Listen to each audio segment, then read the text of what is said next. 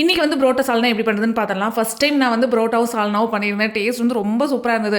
இன்னைக்கு அந்த ரெசிபி தான் நான் உங்ககிட்ட ஷேர் பண்ணிக்க போறேன். இப்போ வந்து சால்னா எப்படி பண்ணுறதுன்னு பார்த்துடலாம். இதுக்கு ஃபர்ஸ்ட் இந்த மாதிரி ஒரு மிக்ஸி ஜார்ல 2 கைப்பிடி அளவு தேங்காய், ஒரு 5, 6 பல்லு பூண்டு, ஒரு 2, 3 துண்டு இஞ்சி, அதுக்கப்புறம் 1 டேபிள் ஸ்பூன் சீரகம், 1/2 டேபிள் ஸ்பூன் மிளகு, 1/2 டேபிள் ஸ்பூன் சோம்பு, ஒரு 2 கிராம்பு, 2 பட்டை, அதுக்கப்புறம் நம்ம முந்திரியும், கசகசாவும் ஒரு 1/2 மணி நேரம் ஊற வச்சிருக்கேன். அதையும் போட்டுட்டு ஒரு கைப்பிடி அளவு நிலக்கடலை, ஒரு கைப்பிடி அளவு பொட்டுக்கடலை இது எல்லாமே போட்டு நல்லா அரைச்சு எடுத்துக்கோங்க. இதுக்கு வந்து இந்த மாதிரி ஒரு குக்கர்ல ஒரு 4 டேபிள் ஸ்பூன் கலந்து விட்டுக்கோங்க. அதுக்கப்புறம் 2 கைப்பிடி அளவு பெரிய வெங்காயம் இந்த மாதிரி நீல வாக்கில் அரிஞ்சு சேர்த்திக்கோங்க.